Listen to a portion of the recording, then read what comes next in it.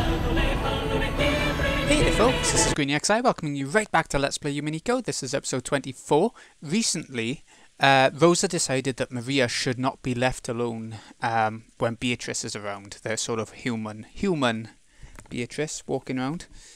And Rosa and Maria both had a letter to open and read out at the appropriate times. More on that, I'm sure, to come. Also, Shannon ended up kissing this Beatrice's boots. Because God knows, she's a right bitch. Like, more openly bitchy than the witch that we've come to know, I think. So, there's been plenty more going on, but I think that's the gist of it. Let's get going. Maria still hasn't come back. I wonder if she's getting scolded by Aunt Rosa again. Ever since they'd met Maria at the airport, she'd been romping around, chatting about Halloween the whole time. But maybe she'd cut loose a little too much. Acting a little too boisterous on the plane, on the boat, during lunch, because Rosa had cautioned her several times. At times like that, Aunt Rosa tended not to scold her much in front of people. More often, she would take Maria aside and scold her alone. So, since Maria had been called off somewhere, they figured she must be getting scolded. When they looked at the clock, they realised it was almost 6 o'clock. Of course, they couldn't imagine she'd been getting scolded all this time. Maybe it was time for some anime she watched every week to start. She probably hadn't left the mansion's parlour. How someone can watch anime weekly, I don't know. I gotta wait for it all to be done. Anyway. Maybe Battler-sama woke up, and they've been playing together. After all, Maria-chan thinks of Battler-kun as a new friend. She must have had a lot of fun when she played Halloween with Battler-kun at the airport. Battler looked like he was having a lot of fun himself. Maybe he's gotten big, but he hasn't changed a bit. That's true. I get the feeling Battler-sama was gracious enough to remain as he was 6 years ago. Shannon, do you remember what he was like then? Yes, because he was, well, very energetic. Yeah. I also remember the four of us playing together 6 years ago. Shannon acted a lot like a big sister back then. That's right. I get the feeling she was even more dependable then than she is now. Yeah. But back then, I didn't truly understand my place, so I did quite a few rude things. Yeah? Don't worry about understanding your place in that sense. When you're on the job is one thing, but when you're taking your break and with us, like now, I'd rather you stay and be friendly, just like the old days. That's right. There's nothing wrong with acting differently, depending on whether you're the servant Shannon or off-duty Sayo. You aren't a slave, you're just working as a servant, right? I think of you, Shannon, no, Sayo, as my oldest friend. Thank you very much, my lady. It seemed that Shannon understood the hidden meaning behind Jessica's words. After all, she'd heard a bit about Jessica and Cannon's history from both of them. Apparently, George had heard something of that history too. He walked towards the window and looked up at the darkening rainy sky. Cannon may still be childish in some ways, but I think he's starting to grow a bit in his way of thinking. Well, come on, quit it already. Well, I guess I let myself get swept away by the mood once or twice. You know, after watching you two, I might have gotten a bit jealous, feeling like I was getting left behind. But forget about me. More importantly, how's it going between you two? Looks like it's going pretty good, huh? I wonder. Yes, it's going very well. Shannon was lost for words, her face red, while George answered brightly and immediately. That carefree attitude made it easy to see that their relationship was proceeding so perfectly. It'd make anyone envious. Dang, I'm jealous. So, does that mean Shannon's gonna resign and have a party soon? I wonder. Oh, that's a good question. I wonder what she'll say. George laughed teasingly as though pressing Shannon for an answer. It was probably the way they usually flirted when they were alone. Jessica could only smile bitterly and say, yes, yes, thank you, that's enough. I have a dream. I don't just mean some ambition to become the leader of my own domain in business. I also dream of building a happy family together with a partner I can spend my life with. I want 2 kids at the very least. It'd be nice to be able to do some sports as a whole family, and many more things besides that. I often talk with Shannon about that kind of thing. Though every time I do, she always laughs and says I'm getting ahead of myself. For some reason, even at the age I am now, I find myself thinking about what it'd be like to live peacefully in my old age. With healthy, grown-up kids and grandchildren running around all over the place. If only I could spend the rest of my life at a slow pace, surrounded by that, together with Shannon forever. Yeah, you're definitely getting ahead of yourself. But how should I say it? It sounds like you, George-san.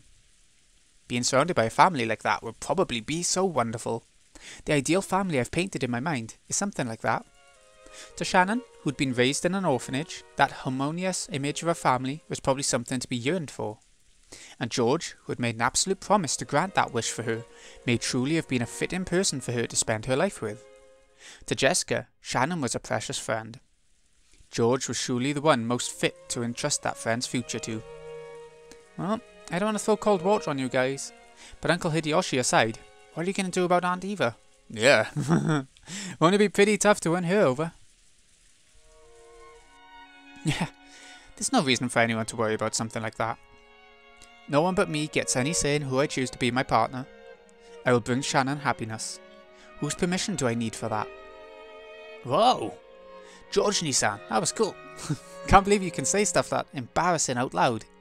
I don't remember you ever being that kind of character in the past. As they say, if you don't see a boy for 3 days, you should watch him closely. I grow as much as anyone. I intend to study more and more and grow to be the man Shannon deserves, the one who can bring her happiness. Maybe even George realised how embarrassing the words coming out of his mouth were.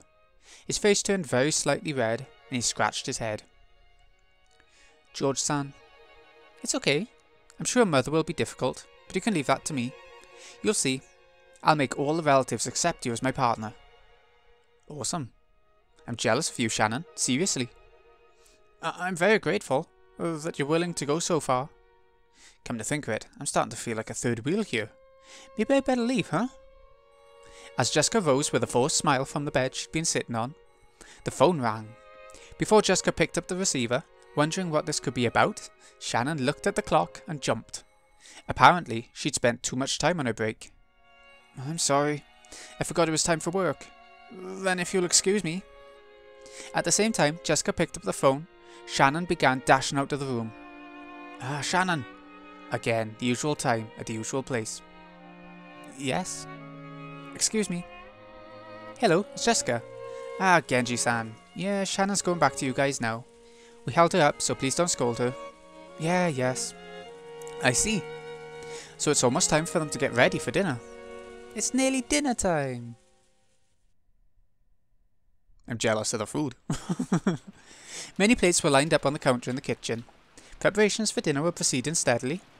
The number of plates lined up there was 19. That was one more than should have been set up for the annual family conference. We've seen Beatrice, right? I can't accept it. Why can't I deliver it directly? Goda-san flared up at Genji, paying no heed to the pot that was spitting steam. The master enjoyed eating alone in his study, so his food needed to be served in that room. However, that was something that always happened.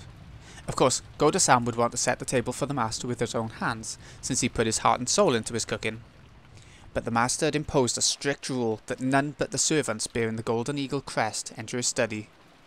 So while Goda-san would be able to greet the master from outside the study, not once had he been granted the honour of carrying his cooking inside. Goda-san was always irritated by this. Of course, he was a newcomer in terms of years of service. However, he had piled up plenty of experience from his previous jobs. He was quite confident that he'd be able to perform in front of Kinzo in a manner that would do him no disservice. And yet, simply because he was not permitted to wear the Golden Eagle, he still hadn't been blessed with this honour. Can you imagine what damage that would do to his pride? You might think tonight was a repeat of that, but it wasn't. Because tonight there was a person other than the master who wanted their food carried to their room. Apparently, this person is an extremely rare and honoured guest, and we've been given strict orders to treat them in the same manner as the master, the family head. Goda-san must have wanted to earn some points by serving this honoured guest with his own hands. After all, he was an extremely vain person. If he wasn't qualified to serve the master, then at least a guest of the same rank. He simply couldn't find time during lunch, so Kanan-san had gone in his place. So, he truly desired to personally serve this person tonight's meal, the best dinner of the year. But Genji-san had put a stop to that. Something about how Goda-san didn't wear the Golden Eagle. After being told once more that he wasn't qualified, Goda-san lost his patience. So heartrending, Goda-san. I cannot do anything more than watch like this from the shadows. I love how they do that artwork of her looking from the shadows like she's skulking around a corner or something and watching things.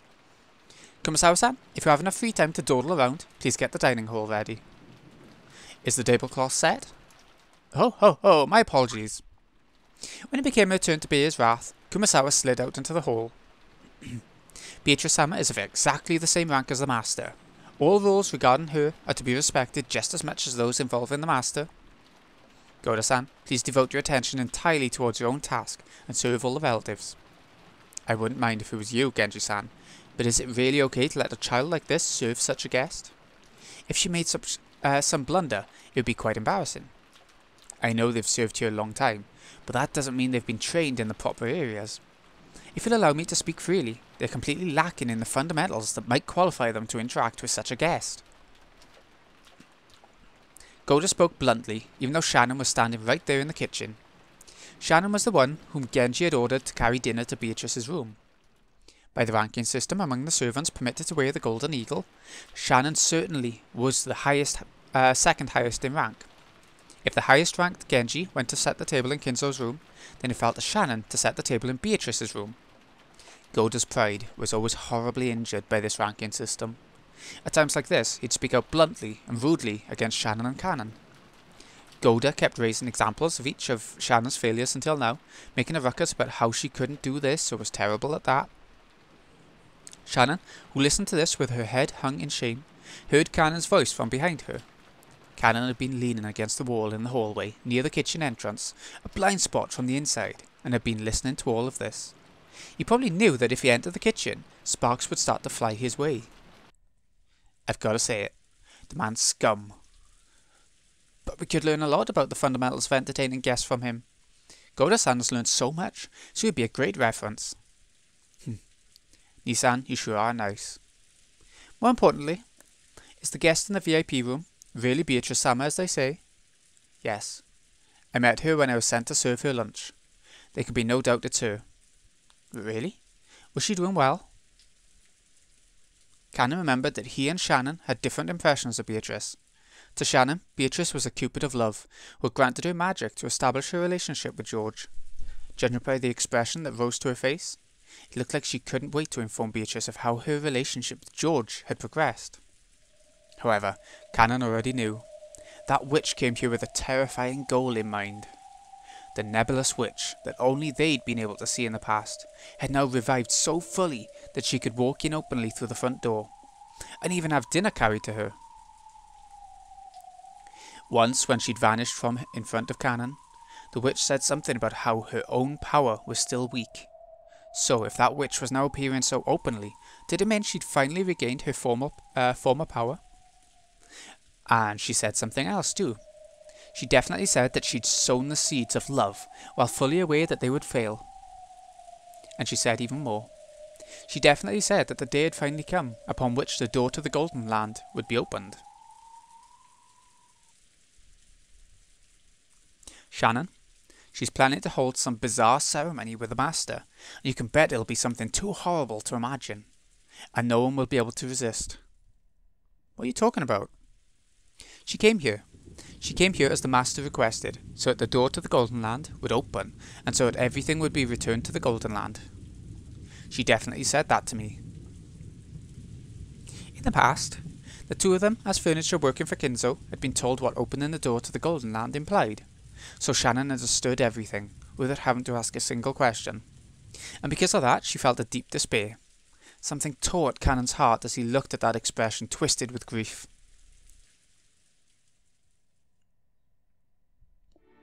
How could? Why now? Didn't I tell you? We are furniture. Because you acted like a human, because of love, you're incapable of obediently accepting the day our service comes to an end. Once, I wished this day would come, but it never came, year after year. I didn't know how long we'd be forced to endure suffering as furniture. So I thought that day of rest wouldn't come for all eternity. I thought the same thing. But I believed that it would definitely come someday, so I never forgot that I'm furniture. But Nisan, you did forget. It's my fault, isn't it? It was I who... Yeah, it's your fault, Nisan. If only you hadn't experienced love. We'd both be happy that this day has finally come. You built up too many pointless regrets, even though you knew you'd have to leave this world someday. Will the ceremony begin tonight? Yes. And she said one more thing. Tonight, George Sama will probably give you an engagement ring, Nissan. That was a fact. George supposedly had an engagement ring hidden in his pocket today, and surely he would hand it over tonight. She brought you two together, planning to use you as the sacrifices of the second twilight. Get it? She tempted you and took advantage of you. I see. I never thought of that. But she told me. She promised that if you don't accept the engagement ring tonight, you won't be chosen as a sacrifice, Nissan. I think our chances of being able to go to the Golden Land together are very slim. There'll be 13 sacrifices. Only 5 will be left alive. It's funny how they know all this stuff. The chances of us being part of that group are tiny, but if you just accept her offer, those chances will rise. I want to take that bet. Our salvation is in the Golden Land. We're going to reach that place and gain humanity. And then I want to live life as a human, together with you, Nissan. If we do that, we might be able to find true love.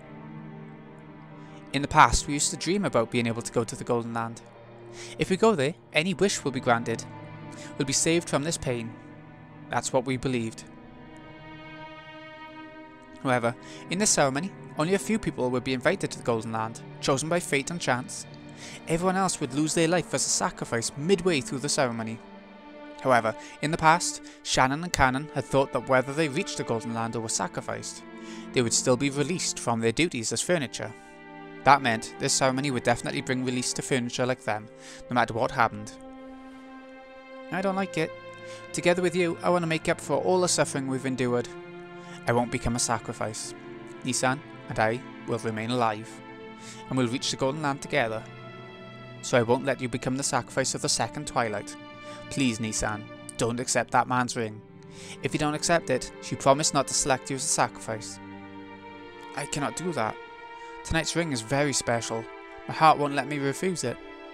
Nissan, the sacrifices of the ceremony are decided on the witch's whims. And that witch has promised to overlook just you, Nissan. You alone will definitely be able to go to the Golden Land. Only me? What about you, Cannon-kun?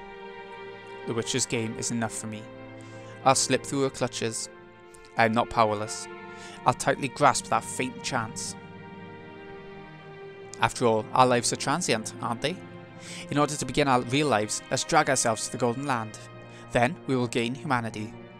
And when we've done that, maybe I'll be able to express romance just like you, Nissan. Maybe I won't have to make someone cry just because I'm furniture. Cannon-kun, I've had enough of being furniture. I'll definitely become human. I'll escape this pain, no matter what. There were tears in Cannon's eyes. By now, Cannon had noticed. Shannon hadn't been the only one to know and suffer from the taste of love. He had too. The tears Jessica had shown him that day, and Jessica's pitiful face as she tried to smooth things over and stay bright ever since then, had slowly wrought some kind of change on Cannon's heart without him knowing it.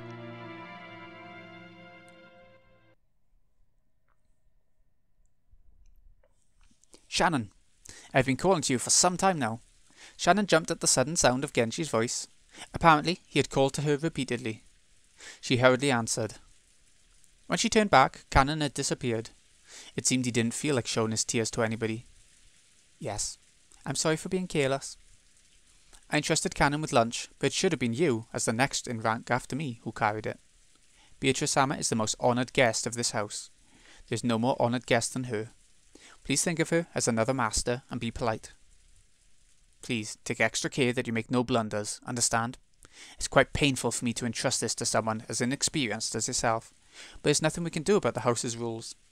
Carry out your duties with the utmost of care. Goda had officially agreed, but he glared at Shannon with an expression that told her he definitely wouldn't forgive any mistakes. Even Shannon felt that Goda might as well go himself if he was so desperate to go. But she considered this one of her responsibilities as one who had been allowed to wear the golden eagle and not to give up. And anyway, I wanted to meet Beatrice. What will I talk about? What will I ask? I don't know. Will this be a meeting of gratitude? Or one of grief? Or else what? I don't know. Shannon piled the witch's food onto the serving cart and left the kitchen at a slow pace.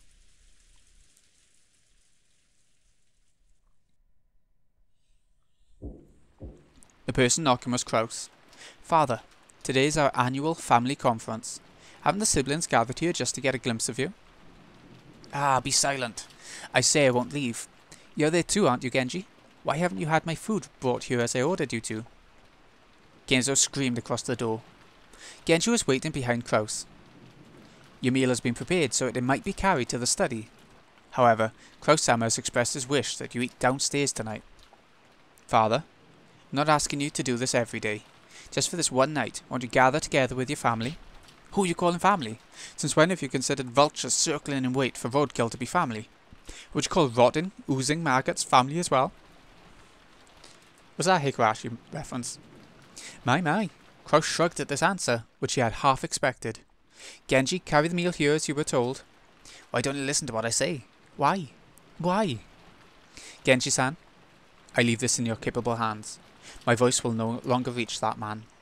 Kraus gave his head a small shake, then quickly turned his back on the door to the study. He had only come calling to save face in front of his siblings, knowing full well how useless this was. After Genji watched Kraus disappear down the stairs, he called again across the door. Master, we have finished preparations for your meal to be carried here. Should we bring some for Dr. Nanjo as well? Nanjo could be seen in the study.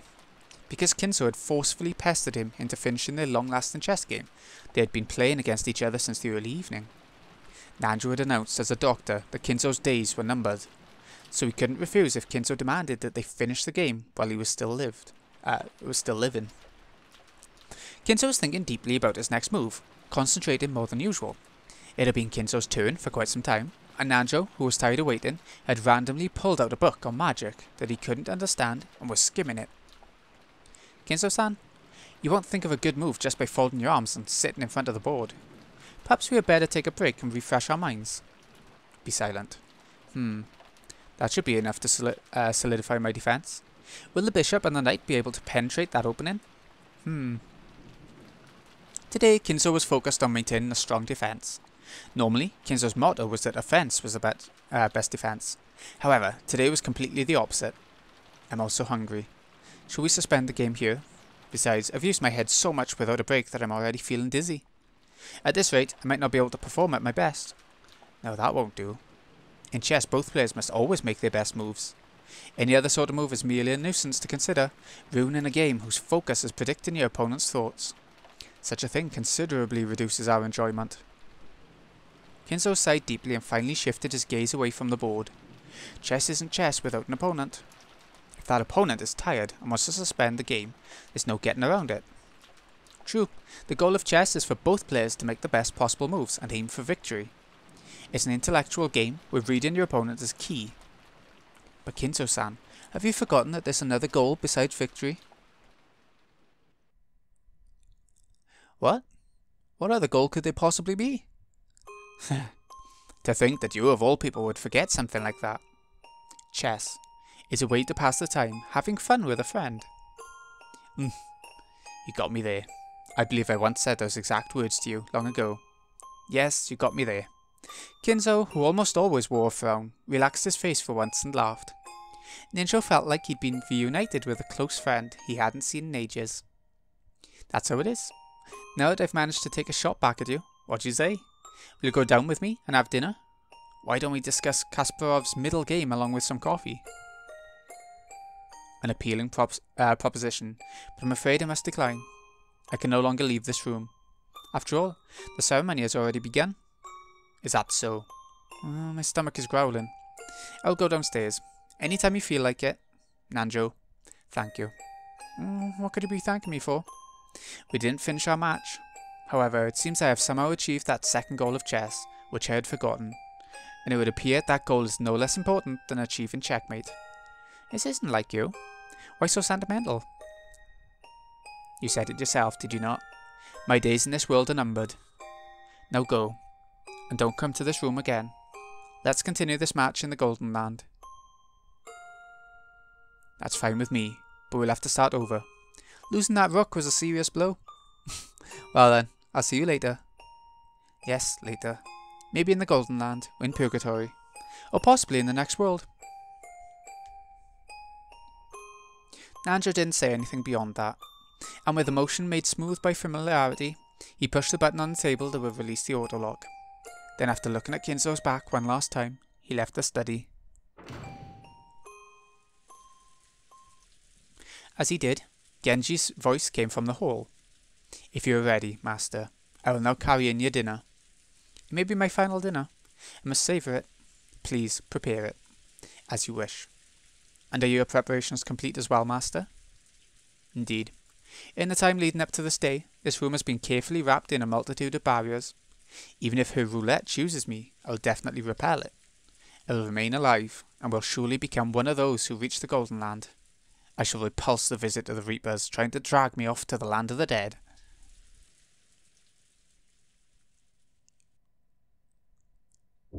Doesn't want to be a victim. "Excuse me, I've come to serve your meal." Shannon entered the VIP room, bowing her head and pushing the serving cart. The young woman by the window, gazing out into the supposedly empty darkness, was definitely that witch. "So it's Shannon this time. How long it's been.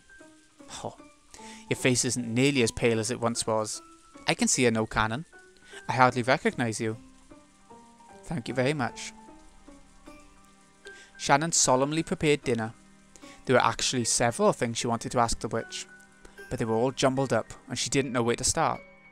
Her heart was also jumbled up and she didn't even understand her own emotions, so she could only do her job dispassionately, with everything still vague. However, the witch saw what was in her heart. You can't hide anything from a witch. "I won't apologise. I'm a witch after all."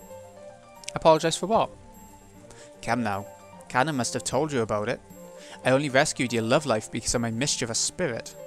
It was nothing more than a seed I sowed so I could watch your love grow complicated, become twisted, and fail. I imagine some people think it's more fun to hear about love than to have it." "You can possibly trying to thank me, right?" "I am. No matter what kind of ulterior motive you had when you gave me the magic of love, it doesn't change the fact that I received it from you.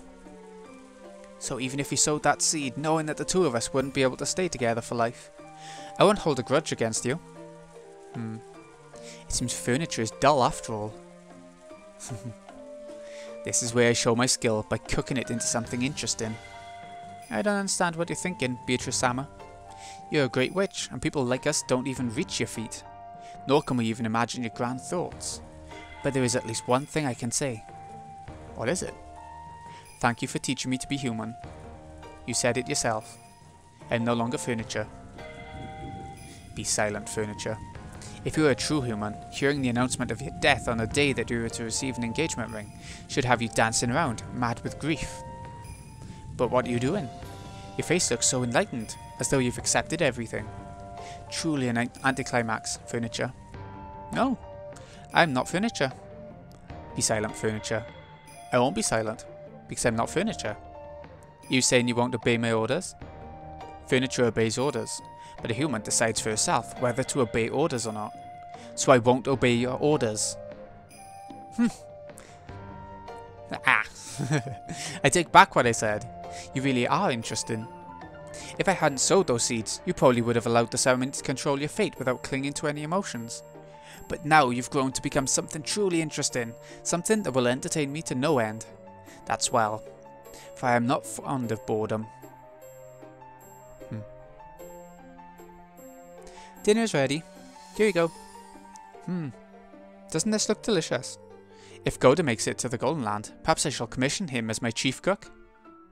I heard from Kanon-kun something about how if I rejected George-san's proposal, you promised not to make me a sacrifice. Indeed, I said as much. You would make an ideal potential sacrifice for the second twilight.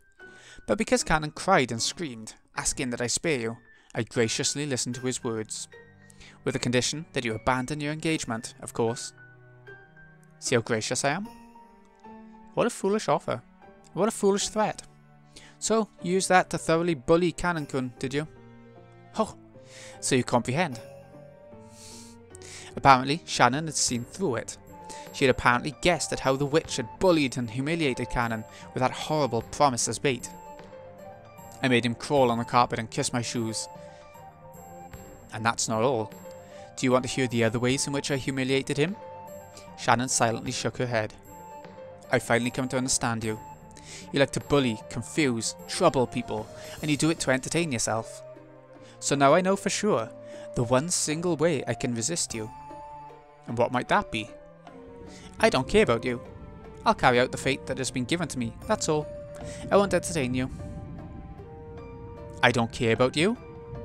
The witch's features twisted in hatred for just an instant.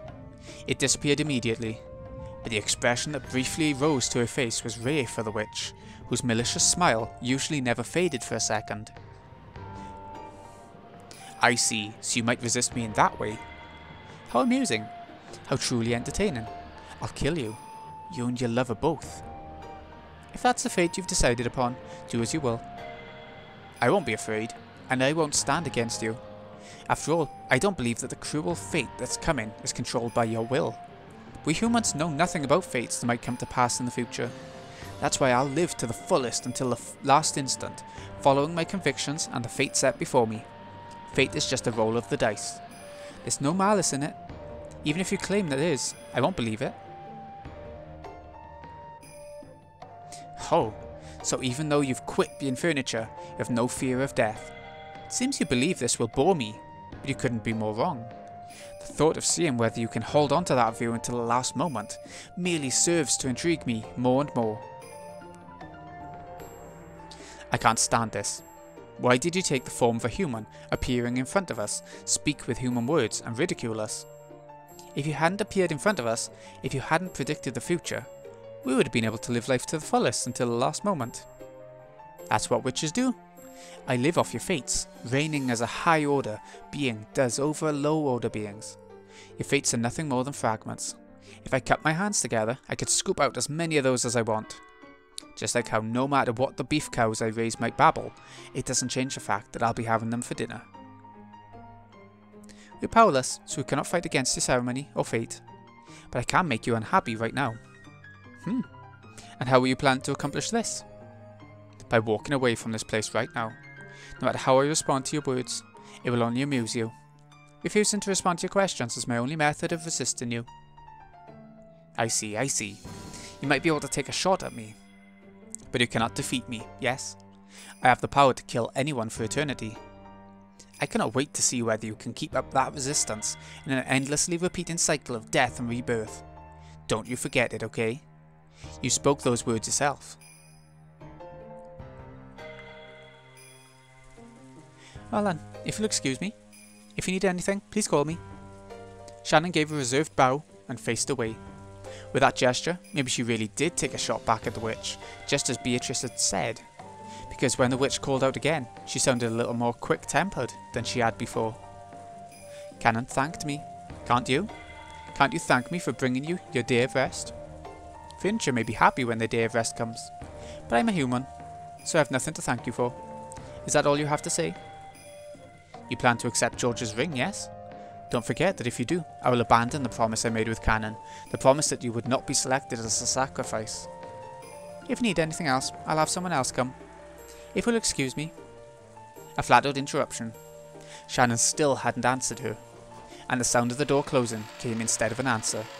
Shannon's resistance probably struck far more deeply into the witch than Shannon herself thought, because an expression of hatred once again rose to Beatrice's face. She had made Shannon submit, even though he hadn't been ensnared until the end, whereas Shannon, who had been so easily ensnared before, refused to submit this time. I see. So this state of affairs is amusing after all. Perhaps I really am still young. This is why I haven't tired of life after 1,000 years.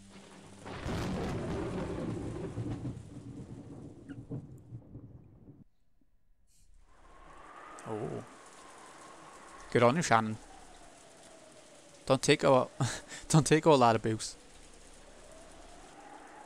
This was the most fabulous part of the family conference. Oh, the dinner's come in.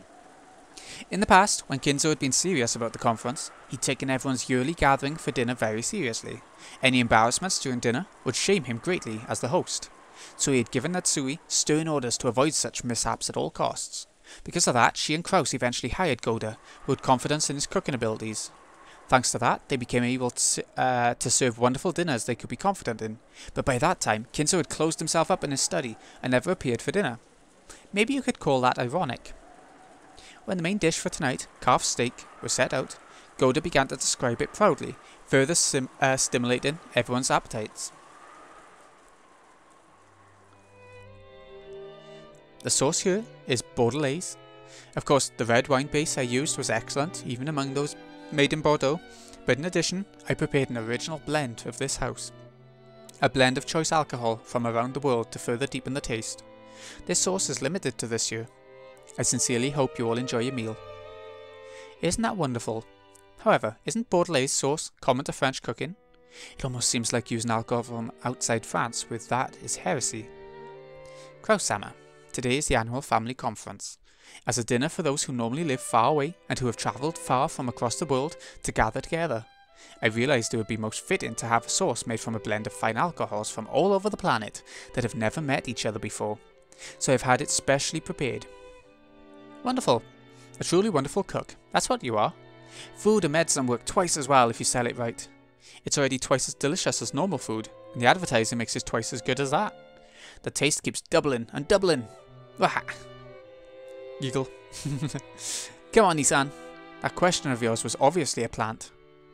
No doubt about it. You totally set Goda-san up to steal the show on that one. You think so? I thought there might be some people here who didn't notice that today's food was in the French style. After all, Eva just said that avoiding butter was a virtue, but that's the Spanish style. Well, I guess they do share a border, right? That's not what I meant. Will you please not take a part of the conversation out of context and make stuff up? It's a very delicious sauce.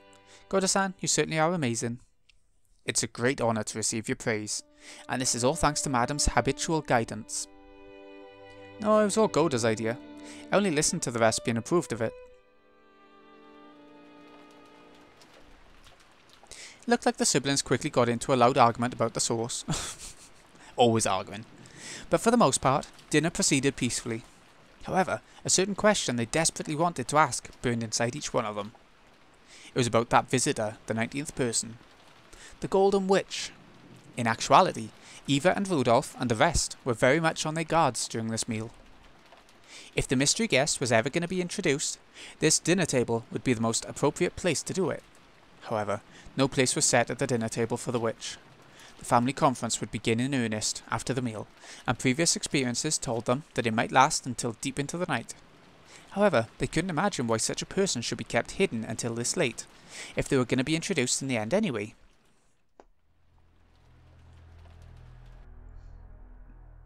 So, Eva and Rudolph and the rest were starting to feel a certain suspicion. Perhaps this guest was unknown even to Kraus. If this wasn't an assassin called by Kraus to give him an advantage in the inheritance problem, then maybe they should speak frankly to Kraus beforehand, creating a common front to resist anything disadvantageous to the four siblings. If she was Kinzo's assassin, whose purpose was to keep the inheritance from being handed over to the four siblings, the enmity between Kraus and the other siblings could only become a weak point that benefited the enemy. Well, please enjoy at your leisure. When he finished explaining the reasoning behind the table setting and the cooking, Goda tried to leave the room, but Kyrie called him to a stop with a small voice. Yes, Kyrie-sama? What is it? Please excuse me. I was under the impression we had company today, but can we expect to be joined at the dinner table? She planned on saying it nonchalantly, but unfortunately it reached the ears of Natsui, who was sitting in the next seat over. It seemed that Natsui had heard it as, even though the guests are here, why hasn't the host come to dinner? In other words, the Kyrie had asked whether Kinzo was going to join them for dinner. The family head's not at his best, so he said he would take dinner in his study. I believe my husband explained that in the beginning. I'm sorry, that's not what I meant. Natsui's reaction instantly told Kyrie that this unknown visitor was also unknown to Kraus and his wife, which meant, on the chessboard inside Kyrie's mind, she could hear the clattering of the pieces as they rearranged themselves. What do you mean? We have company? Battler, who had been sitting next to Natsui, seemed to have heard Kyrie's words without misunderstanding them. Thinking it strange that someone else would be invited to today's family conference, he spoke up incredulously. And thanks to that, the uncomfortable feeling building in siblings' chests suddenly exploded. Everyone looked at Goda at the same time. Judging by their reactions, it was clear that no one here had invited that mystery woman. For an instant, Goda was startled to find everyone's gazes gathered on him, but because of his naturally vain personality, this actually gave him a feeling of superiority. Therefore, he answered in an extremely calm and graceful manner. "That's correct. Our guest wanted to eat alone in the VIP room and is being served there." That extremely graceful and reasonable response of Goda's made it obvious to everyone that a 19th person, a visitor, existed. The VIP room? A guest? Who are you talking about? Natsui's words echoed the question that everyone who didn't know about the appearance of the Golden Witch was thinking. For a while, Goda was disoriented, caught completely off guard by his sudden interrogation. This was a guest who had been treated with such deep respect. He hadn't imagined that Kraus and his wife might not even know about her. The guest is, Beatrice-sama. "Beatrice! See? Beatrice came! Oh! Maria had been telling the other cousins over and over again that she had met Beatrice that day. The cousins had answered flippantly, but they hadn't believed. So their eyes grew wide. "Sorry? I totally thought you were joking, Maria." "So, she really was there?" "By Beatrice, you mean the Beatrice with the gold?" "Oh, I've been saying she exists the whole time. No one believes." "Sorry, Maria-chan. That's not how we meant it." After learning that everyone had doubted Beatrice's existence, Maria, who had been in a good mood all day, completely lost her temper. George, who sat in the next seat over, tried frantically to calm Maria. "Goda, is this some sort of dinner entertainment?" "Quite a performance." "Aniki, quit playing dumb. You called her here, right?" "Called? Called whom? From where?" "Nissan, let's be clear about this. Who is she? Surely you aren't going to tell us it really is the Beatrice from that portrait, right?" "I don't have a clue what you people are talking about." "Goda, you really aren't joking, right?"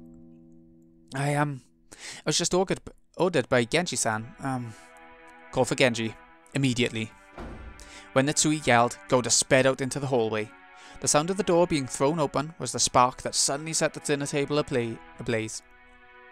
"So, you're saying you're in the dark too, Aniki? Who called her? Was it Dad?" "I don't know anything about this.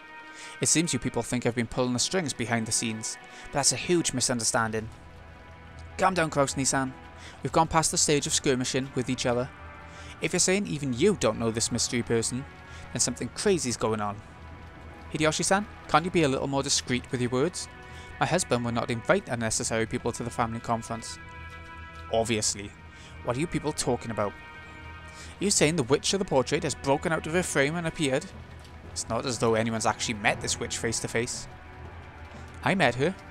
Eva and Rudolph nodded at Rosa's proclamation. "Oh, I met her too. Uncle Kraus, believe it." "Believe Mama." Oh. The brief tension was broken, and Maria also started to make a ruckus. By now, the room was thoroughly wrapped in chaos. "I don't have a clue what's going on. So what does it mean? Does it mean the witch who gave Grandfather the gold is showing up as a special guest this year?" "But is that really true? Aunt Rosa didn't see it wrong, did she?" "I met her too." Oh. "Aunt Rosa, you sure?" "Yes. Maria and I met her, and we even talked to her. I met her. That was definitely a witch. Believe me. I definitely didn't see it wrong, or hallucinate, or anything. What on earth was that?"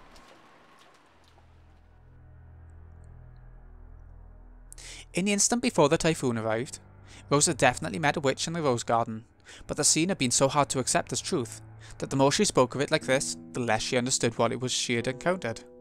Ironically, since she was losing her composure, the more frantically she tried to cling to her claim, the more confused and hazy the thing she was describing became. Because of that, it only took a single, calmly spoken sentence to confirm the nature of what she was describing beyond doubt. "I also met with her. I greeted. Well, I couldn't really call it that. I exchanged a few words with her. It's definitely not something that Rosa-san just saw wrong." "Kirie-san, you serious?" "Yes. But she didn't tell me her name, so I can't say for certain that she was Beatrice.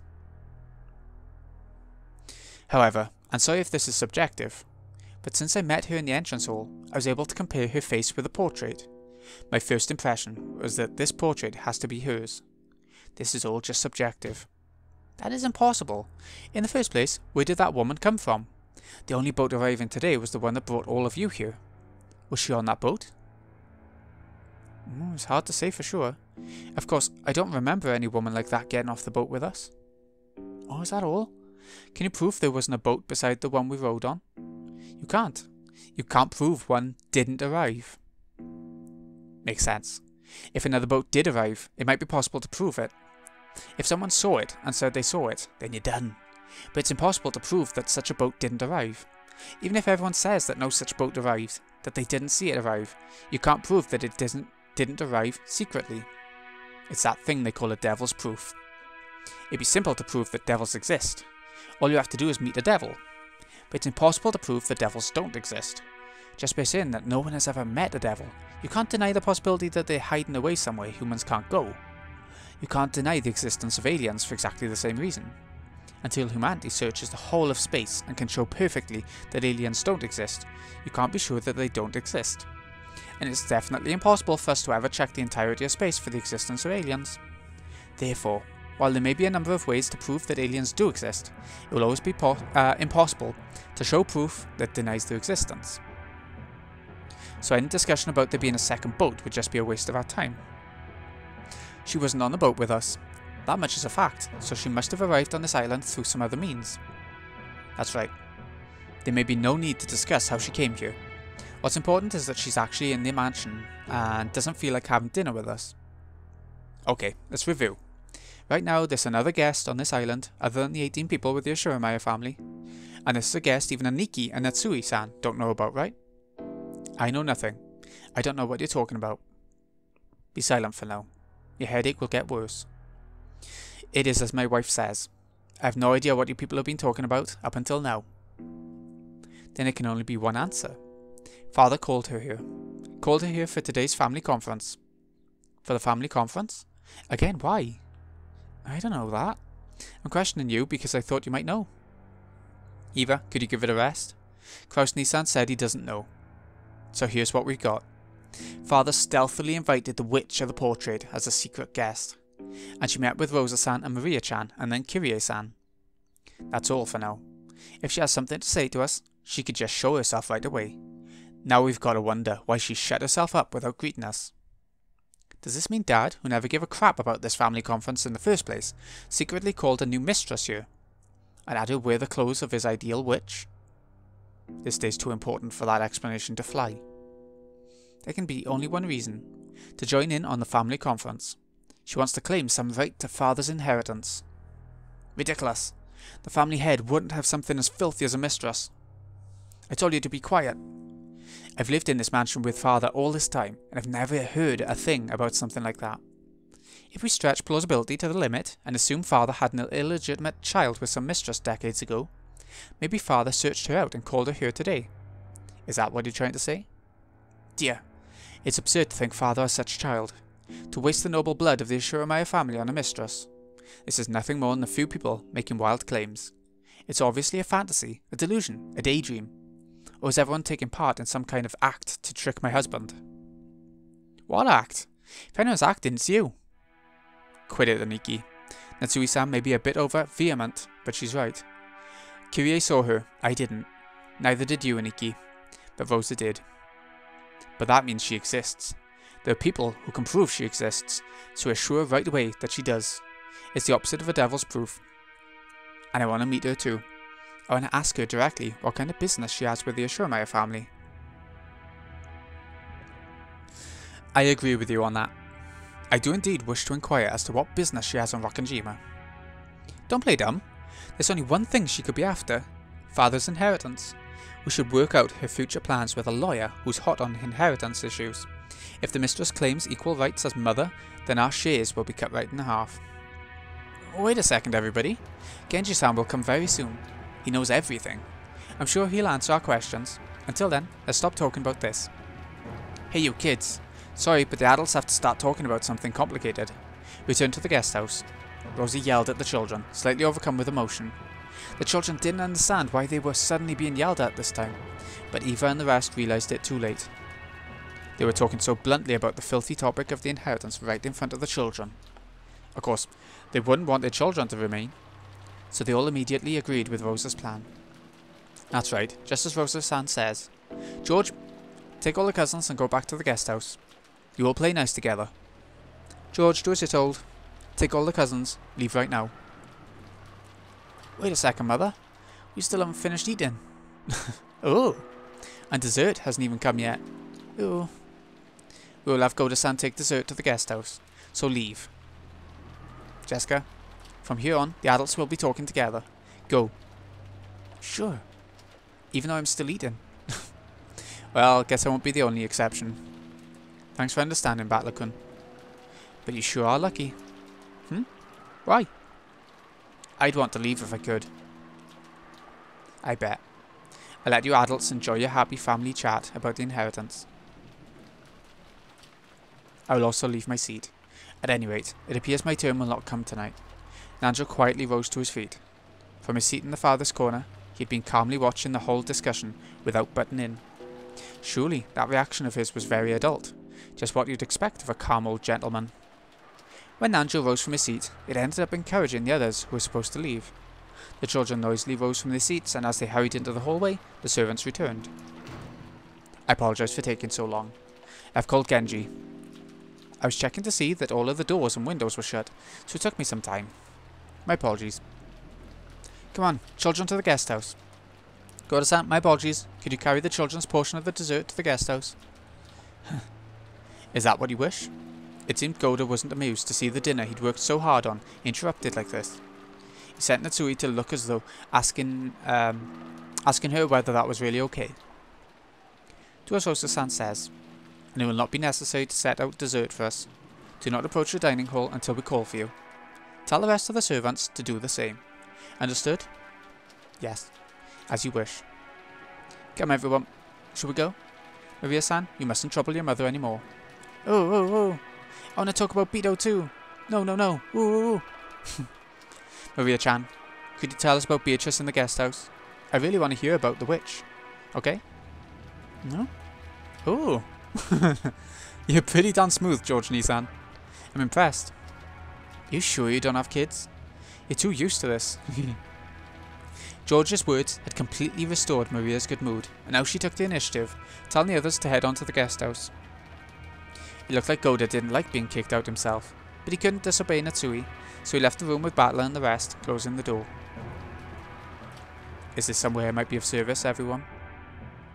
Yeah, there sure is. We've got a whole bunch of questions. In fact, every one of us does. So much that we almost want to have a lottery to see who gets to ask first. But no matter who wins the first lottery, the first question will be the same, won't it? That's right. Genji-san, answer me honestly. Who is this person called Beatrice in the VIP room right now? Oh, okay.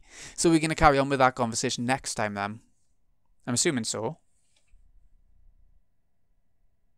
But who knows?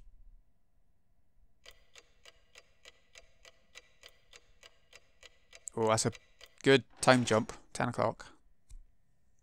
We're getting closer to midnight, the witching hour. Okay, so that was interesting. To me, the most interesting part of that part was Shannon confronting Beatrice, which I think that was the most interesting part. Okay, I think that looks like the guest house in the background, right? I think. We'll find out next time. So, this has been Greeny XI. Hope you've enjoyed. Thank you so much for watching. I'll see you again in a bit. Let me see what happens at 10 o'clock onwards. Oh, that was bad. Thanks for watching, folks. See you again in a bit.